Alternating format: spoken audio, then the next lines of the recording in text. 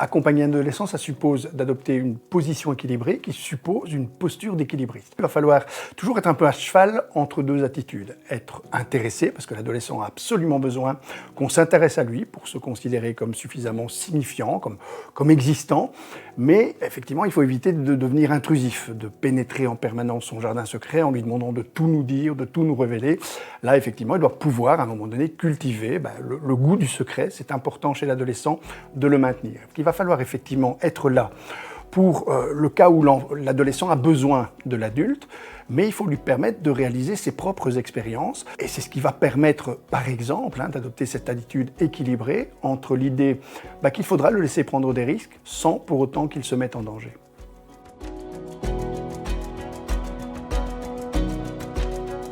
C'est absolument indispensable de laisser à l'adolescent le droit de commettre des erreurs et même de multiplier ces erreurs. Le principe même, c'est qu'il va apprendre énormément en se trompant parce que, comme le disait magnifiquement Beckett, il faut pouvoir faire des erreurs et chaque fois continuer à se tromper en se trompant mieux. C'est indispensable chez l'adolescent. Un adolescent a du mal à concevoir les conséquences de ce qu'il fait.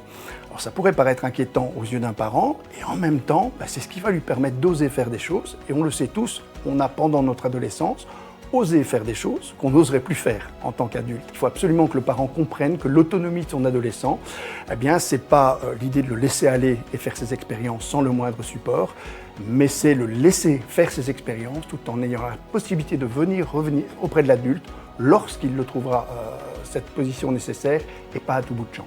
Certains parents essayent de penser à la place de leur adolescent en leur expliquant en permanence « attention, si tu fais ça, voilà ce qui va t'arriver, etc. » Il vaut beaucoup mieux laisser l'adolescent réaliser ses expériences, lui permettre de se tromper, ne pas systématiquement transformer ses erreurs en fautes en lui reprochant alors d'avoir agi de manière inconséquente.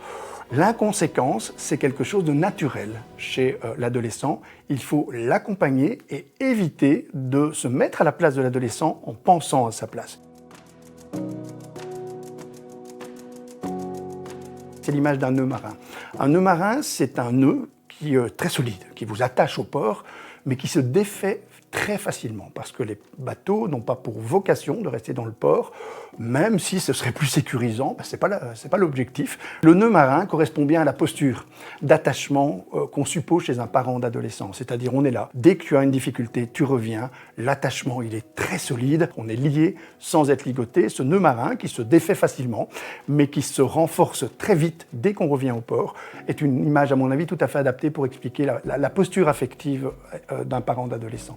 L'empathie est importante, l'écoute, l'échange et le fait de pouvoir agir ensemble. C'est difficile d'avoir un mot de la fin parce que l'adolescence, évidemment, ça ne se réduit pas à une formule. Mais quand même, toujours bien prendre conscience quand on est parent que la crise de l'adolescence, c'est pas celle de l'adolescent. C'est celle de ceux qui se préoccupent des adolescents et donc essentiellement des parents, des enseignants. Parce que l'adolescent, il va pas si mal que ça. Contrairement à ce qu'on essaye de nous faire penser, la difficulté qu'ils ont à se sentir heureux, c'est par rapport au bonheur qui était attendu pour eux. Évidemment, les parents n'avaient pas prévu un monde qui se configure tel qu'il se configure actuellement. Et donc on a affaire à un monde imparfait, avec des parents qui doivent nécessairement s'accepter imparfaits et accepter que leur adolescent, que leur enfant le soit tout autant, de façon à réduire la pression qu'on met sur l'acte éducatif, en ce compris en exigence de bonheur vis-à-vis de l'adolescent. MC, avec vous pour la vie.